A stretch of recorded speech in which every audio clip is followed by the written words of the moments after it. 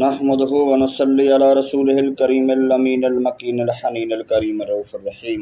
بسم الله الرحمن الرحيم والعاقبة للمتقين قال الله تبارك وتعالى في الكلام المجيد والفرقان الحميد في مقام آخر إن الله وملائكته يصلون على النبي يا أيها الذين آمنوا صلوا عليه وسلموا تسليما اللهم صل على سيدنا مولانا محمد النبي الأمي الحبيب العالي القدر العظيم الجاه وعلى آلہ وصحبہ وبارک وسلم وصلوا علیہ۔ اللہ تبارک و تعالیٰ کی بے شمار حمد و ثنا، تسبیح و تحلیل و تمجید۔ مالک الہ سال نے بے شمار نعمتیں عطا فرمائی، ایمان کی دولت عطا فرمائی، قرآن عطا فرمایا، اسلام عطا فرمایا، آخر الزمان نبی صلی اللہ علیہ وسلم کے امتی ہونے کا شرف عطا فرمایا۔ باقی بے شمار نعمتیں، تندرستی، یہی بات کرنے کی نعمت بھی کیا کمال ہے، اور نصیحت سننے سنانے کی نعمت بھی۔ کہتے ہیں کہ فصل وحل ذکر ان کنتم لا تعلمون، کہ اہل ذکر سے یعنی اہل علم سے پوچھو اگر تم نہیں جانتے۔ یہ بھی فرمایا گیا ہے وذکر فإن الذکرى تنفع المؤمنین، کہ نصیحت کرو، نصیحت مومن کو فائدہ دیتی ہے۔ یہ علماء کی بدولت ہے۔ دعا ہے اللہ تعالی ہمیں یہ سمجھنے کی توفیق عطا فرماوے۔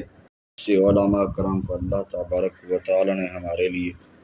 راہ ہدایت کا چراغ بنایا، اور پھر اللہ تعالیٰ کے مبارک و مقدس اور نیک بندے جنہوں نے اللہ تعالیٰ کے احکام سے نصیحت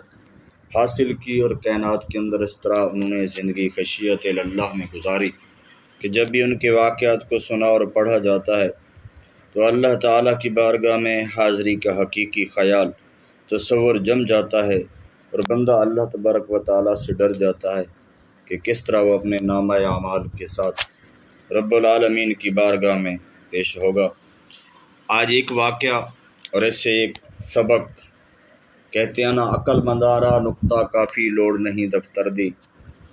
بے عقلانو اثر نہیں کر دی پند نبی سرور دی۔ یعنی عقل مند کو ایک ہی بات، ایک ہی اشارہ کافی ہوتا ہے۔ میں آپ کے سامنے ایک واقعہ رکھ رہا ہوں حکایات سے،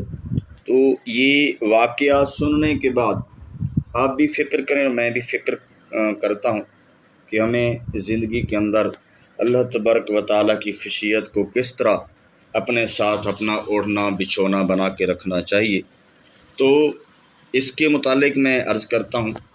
حضرت سیدنا ابن حبیک رحمۃ اللہ تعالیٰ علیہ ایک بہت بڑے بزرگ ہیں، اللہ کے نیک بندے ہیں، ان کا ایک ذکر ہے کہ آپ حضرت سیدنا یوسف بن اسباط علیہ رحمۃ اللہ الجواد ایک ایسے نوجوان سے ملاقات کے لیے جاتے جو تنہا ایک جزیرے میں رہا کرتا تھا، یعنی وہ نوجوان اکیلا رہتا تھا۔ 10 سال تک یہ حضرت یوسف بن اسباط علیہ رحمۃ اللہ تعالیٰ علیہ سے گفتگو نہ کی، یعنی اس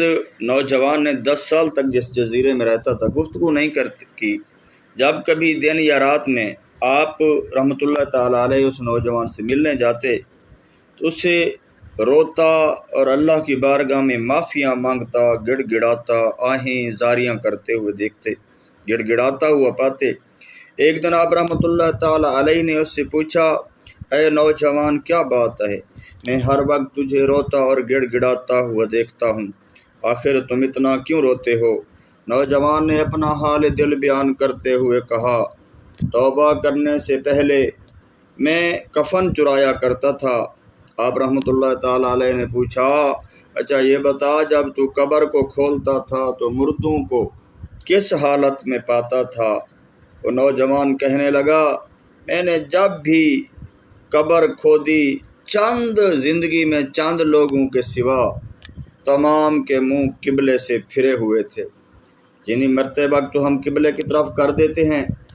قبر میں بھی قبلے کی طرف رکھاتے ہیں، اور پیچھے بڑے بڑے لمبے لمبے پروگرام بھی کرا لیتے ہیں، مگر بندے کا اپنا ایمان ہی اگر برباد ہو گیا ہوا، بدعمالیوں کی وجہ سے ہمارے پیچھے ختم تیجے دعائیں درودیں تو ایمان والے کو لگیں، وہ بھی اللہ کی مرضی ہے کہ وہ گناہ گار کو بخشے یا نہ بخشے۔ گناہ کس قسم کے بندہ کر کے مرا ہے، نافرمانیاں کیسی کیسی کر کے مرا ہے کہ ان کو ہماری دعا پہنچے یا نہ پہنچے، مگر وہ اگر ایمان ہی برباد ہو گیا تو پھر تو کچھ نہیں پہنچتا۔ اور اس نوجوان کا یہ بتانا اس کے اندر بڑی عبرت ہے، کیونکہ وہ انہی کا جا کر کفن کھولتا تھا اور انہی کا پوچھا گیا جو کلمہ پڑھنے والے تھے، اور اس نے اکثر کا کہا کہ اکثر جو ان کا منہ قبلے سے پھرا ہوا ہوتا تھا سوائے چاند کے ان کے جن کے منہ قبلے کی طرف ہوتے تھے۔ اس خبر سے آپ بزرگ رحمۃ اللہ تعالیٰ علیہ پر بڑا اثر ہوا، یعنی حضرت سیدنا یوسف بن اسباط رحمۃ اللہ تعالیٰ علیہ پر یہ بات چوٹ کر گئی، دل پہ پیوست ہو گئی اور بے نیاز کی بے نیازی ڈرا گئی۔ اس خبر سے آپ رحمۃ اللہ تعالیٰ علیہ کے دماغ پر بہت صدمہ اور اثر ہوا، اتنا اثر ہوا، اتنا اللہ کی بارگاہ میں پیشی اور ایمان ضائع ہونا اور قبر کے مسائل اور اس فکر کے اندر آپ اتنا صدمہ پہنچا